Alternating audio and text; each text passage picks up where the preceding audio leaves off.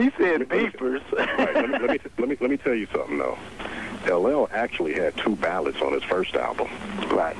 That's what inspired us to do it again. We was like, dude, we want to do ballads. He was like, really? He said, because we told him, we loved I Can Give You More and I Want You. He said, really? I said, dude, come on, man. And the first one we did was actually called Sincerely Yours. It was like a love letter. Sincerely Yours, LL Cool J. You know, he wrote this girl a love letter, and Heavy D and Teddy Riley and them heard it, and, you know, people was digging that. But we chose I Need Love over all of it, man. It was... I think if Russell had heard that one, he probably would have liked that one better. Because it was a little harder, a little grittier. Right, yeah. Uh-huh. Wow. Yeah. The challenge, here's the deal. The challenge was simply this. East Coast had a different sound and style of music. Russell dug what we were doing because it was different, but it was so different that he was getting slack from everyone around him. Russell may have liked it, but everyone else was hating it, so Russell was second-guessing himself. You know, so when you read the books and things that are put out now, he cleans it up by simply saying, yo, these cats was doing like some R&B sounding type stuff, and I knew that would work with LL. Right. And I honestly believe him when he said that, but there were so many other people, including members of his staff, that they hated it so much they wanted us to go home. They wanted to send us home.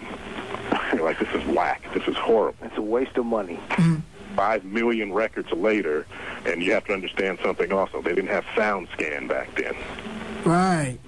They tell us that we went triple platinum, but if you just look at the magnitude of how records sell and things like that, worldwide, come on, man, 6, 7, 8, 9 million records sold. Wow, yeah, because real quickly, people, how they used to do album sales back in the day, pre-91, 92, SoundScan was record stores had these little reports that you fill out, and then they are susceptible to fudging up numbers to get kickbacks, gifts, whatever, and actually NWA and all of them should have been top spot had it not been for those little reports. And like, let me put a 2, erase that 1 by Whitney so that Whitney can stay number 1 and NWA can be number 20. So those reports were suspect. Now, let's talk about the rise of West Coast hip-hop. It was when Ruthless Records came about with Jerry Heller, founder of Ruthless Records, along with Eazy-E. Go to YouTube and check out that interview with Jerry Heller. So what did you guys feel about when Ruthless, NWA, that whole style came out, and pretty much it was kind of like West Coast had like kind of arrived on the mainstream? Wait, what is the actual question again? All right, the actual question was, how did you guys feel when West Coast hip hop finally blew up on the national scale with like NWA and other acts around that era that pretty much put West Coast in the same breath as like East Coast hip hop in terms of success and artists out of that area? Well, we were already in New York. When NWA hit, we were in New York. We lived in New York. We were actually DJing parties out there playing NWA songs, you know, but before NWA actually hit. So for it to happen, you know, of course, we were very happy. L.A. had finally arrived because the dudes in New York, like our partners now, they felt that the dudes from California was sunbathing and palm trees and corny, and you know, they didn't believe that there was hood. They didn't use the term hood. You know what I'm saying? They just didn't know that those kind of dudes existed. So when it hit, it was big. And you got to understand something, man. Even before the NWA thing hit, Hammer hit. Right. And Hammer went diamond. You know, Hammer sold some records. 10 million copies, people. That's what Diamond is. And Hammer, first pop rap artist with Please Hammer Don't Hurt Him. But let's get it started. He sold that joker out back of his trunk. That's and right. Then had the numbers to prove the capital, like, hey, I moved all these units on my own, let me pay hardball so I can get a bigger, better deal. So they re-released, let's get it started, put some more joints on it, and then Please Hammer Don't Hurt Him, Can't Touch This, you know, the commercials, Proper, Hammerman, Dolls, then later on Funky Head Hunter, Pumps and the Bumps. Yep, Capitol Records. Yeah, man, see, and the reality of all of that is we were living in New York when that era of hip-hop hit. So it was surprising to us. We didn't know what was going on the West Coast because we were engulfed by what we were doing on the East Coast. And we had no idea how big our records were because, I mean, we rarely traveled back to the West Coast. And so when we came to town, we were like, people were like, dang, you guys are, your records is huge. I mean, they're playing your records from Breeze at the Laker games. I'm like, really? I had no idea. Yeah, we didn't know. Right. So how you guys feel about New Jack Swing when it combined R&B and hip-hop, because you had producers like Teddy Riley and several others that mixed the two styles? Teddy was our boy.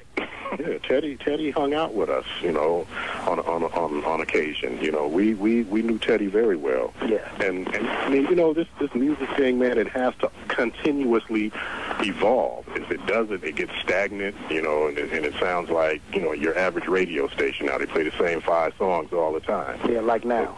Yeah, so Teddy brought a new element into the game with a new sound and a new style, and it was hot, you know. And my other boy that did Soul to Soul, Jazzy B.